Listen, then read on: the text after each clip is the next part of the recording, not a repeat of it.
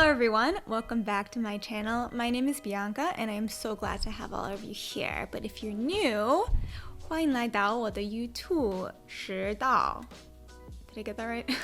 If you're coming from last week's video where I gave a brief overview of how I went from beginner to intermediate Mandarin in 6 months, then you already know what this video is about. Stats, data, comprehensive routines, more buzzwords for the YouTube algorithm. Today I'll be talking about some of the various language learning categories, all the resources that I use, and how I go about learning in my everyday life. Before we begin, disclaimer, this is my personal methodology. This is the steps that I take to learn Mandarin. But if this doesn't vibe with you, if some of the things that I talk about don't fit with you, then don't do it. Do what makes you love language learning, okay? Let's start by identifying the different categories that are crucial for language learning.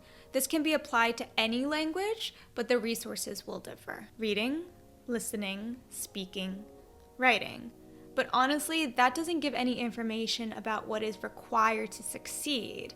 Yes, those are skills that need development, but it's not a practical methodology. I prefer to use this framework instead. Active, passive, recall. So generally, how do we learn? If you're interested in the specifics, I'll be going through bits and pieces of Stephen Krashen's input hypothesis for language acquisition, Ebbinghaus's forgetting curve, and the process of converting short-term memories to long-term memories. But what does that even mean? Short-term memory is kind of like a storage unit. You put a lot of things in there, there's not a lot of organization, it's difficult to find things. Long-term memory, on the other hand, is like an organized house. Each item has its place, and it's fairly easy to find what you're looking for. And the transition from short-term memory to long-term memory is kind of like when you're moving stuff from your storage unit to your house. As you look through things and move things, you realize there's a lot of stuff that you don't actually want, so you toss it out. The brain is hyper efficient. It will toss things out that aren't useful, so you need to make the brain think that your language learning is important. Only then will you be able to remember it and use it. So how do we do this? Active, passive, recall. You have to actively read, actively listen, actively speak, and actively write. And this just means that you're putting your entire focus into figuring out what your textbook or your drama or your podcast or the person you're having a conversation with is saying. After you actively learn the material, you can passively review it. There's a lot of time in our days where we don't really do anything that requires a lot of brain power, like on your commute or going on a walk, cleaning your house, or doing busy work for school or work. And we can capitalize on hours of dead time by passively listening to our target language. And you don't even have to focus on it. Just let your brain absorb the language, absorb the cadence and the stresses, the speed of the speech, where one word ends and one word begins. Through time, you'll start to understand bits and pieces of it and recognize words that you've actively studied, which will not only increase your motivation, but also reinforce those words. Recall. You've probably seen dozens of videos about active recall on YouTube, and there's a reason for that. It's incredibly effective. You can learn and review thousands of words in your target language, but if you can't remember it when you need to use it, there's no point. And that's what active recall does. It trains your brain to find and retrieve the information that you've already learned. It's one process by which short-term memory gets converted into long-term memory. If we go back to that storage unit analogy, active recall is kind of like a moving van. After you've decided what's important to move to your house, you retrieve from storage, pack it in the van, and send it over. And this is the language learning cycle. Active, passive, recall. But what does this really look like in terms of an actual language learning process? Textbooks. They're the bane of everyone's existence, but that's because we use them improperly. Language courses in high school or in college use textbooks to teach us things and then to generate sentences that were usually boring and typically incorrect through endless word banks or grammar exercises or exams, which is why it was super boring and felt more like a chore. For me, textbooks help me to learn the most common words and grammar structures as quickly as possible so that I can move on to things that I actually want to read or listen to or watch. It helps me to do the things that I want to do in my target language. But which do I choose? There's too many and it makes my brain hurt. The first question to ask yourself is this: how do you want to speak? Spanish, Korean, Chinese, even English have a lot of regional variety, so it's important to choose one and find resources that match that dialect. Take English. Do you want to learn American or British English? They have their own ways of pronunciation and expressing language, even if it's fairly intelligible between speakers of each dialect. And Lang Focus has a great video explaining these differences, and here's an example from that video. I think we need a lawyer. I reckon we need a solicitor. Both of these are intelligible to native English speakers, but if you formulated sentences in a British manner, even with an American accent, American people would think that you're pretty pretentious. Dialect matters, and especially for Chinese. Chinese dialects have been around for so long that many of them aren't even intelligible anymore and use different characters. If you're learning Mandarin Chinese, the two main dialects that have extensive resources are Taiwanese and Standard Mandarin. So I recommend that you start off with one of these two. I have chosen to learn the Standard Mainland version of Chinese, or Putonghua. So I use simplified characters and the HSK textbooks.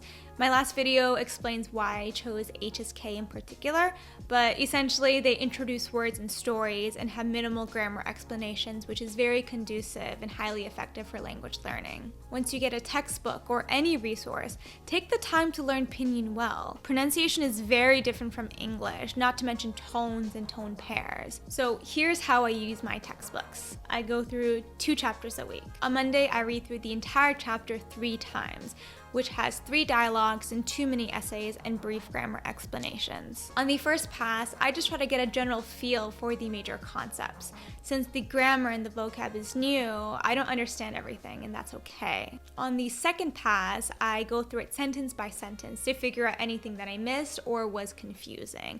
And if there's a particularly confusing grammar structure, I go to the Chinese Grammar Wiki and get some clarification on that. The third time, I read the text out loud and focus on pronunciation. And after this process, I haven't memorized all the words well, but that's okay. Put the textbook away. On Tuesday, I actively read through the text and try to recall the meaning of the individual words. I'm not going to get it all, but that's okay. I read through it a second time and look up any of the words that I forgot or that were still confusing. One interesting thing about the brain is that utilizing different regions for the same task increases reinforcing efficiency. So learning the same word by reading it, listening to it, speaking it, or writing it helps you learn it more quickly. So I write down each character, but I'm not going to write it until my fingers bleed. I'm just using writing as another activity to actively recall the meaning and the pronunciation of the word. Writing things down forces you to look at the individual components of each character.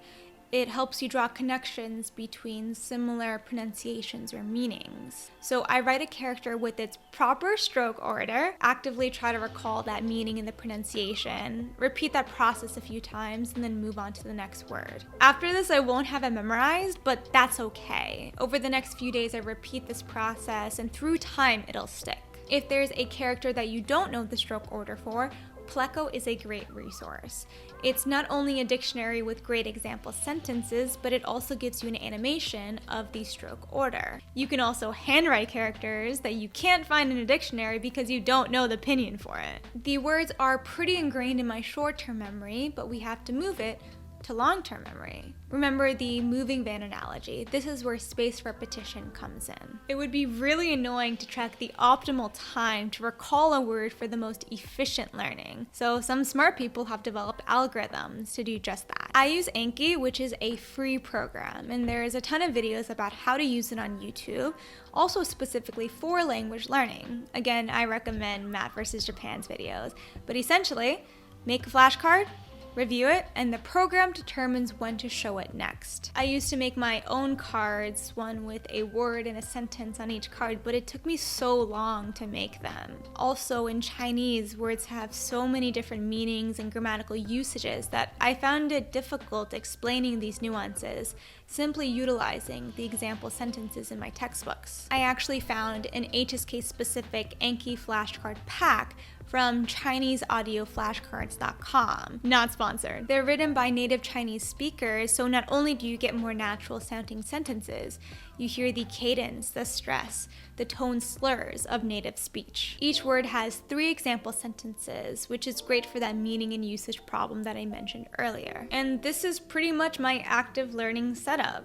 I learn words from my textbooks, review them in Anki, rinse and repeat. But as you progress in your language learning abilities, you may find textbooks are pretty limiting and you feel this urge to read or to immerse yourself in more native content. But native content is still too difficult. Enter graded readers. Around the HSK 3 mark, I started reading stories from Mandarin Companion. They have books that tell stories using only 150 words or 300 words or 450 words. I decided to start reading once I had a pretty good grasp on the basics of the language, because I'm not using them to learn new vocab or learn new grammar. I'm using it to reinforce what I've already learned.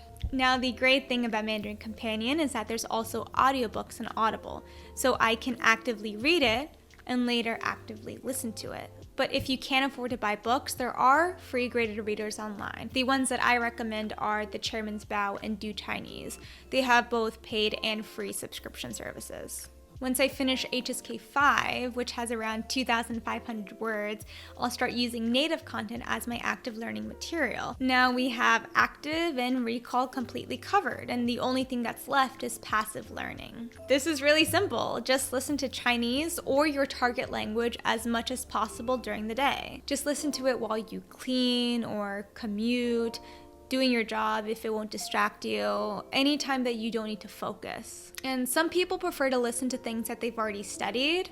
I prefer to listen to native podcasts. Even though I don't understand the majority of it, I'm exposing my brain to native speech. The cadence and the stresses that people use, the speed and the slurred nature of it. You won't get that with textbook or slowed down graded reader audio. And the cool thing is that when I learn a word or a grammar structure in my textbooks or graded readers, over time I'm actually able to pick it up in my native podcast. Right now, I exclusively listen to Shengdongjixi. I don't really know what the podcast is about, but there's great audio and a lot of guest speakers, so you get exposed to a variety of ways of speaking. Another podcast that I've listened to is Speak Chinese Naturally. It comes with an audio transcript, which definitely makes it more comprehensible, but it is geared towards language learners. Personally, I would rather acclimate myself to native content in my passive learning, but either is fine. And that's pretty much it. When I don't have the time or the mental capacity to actively learn,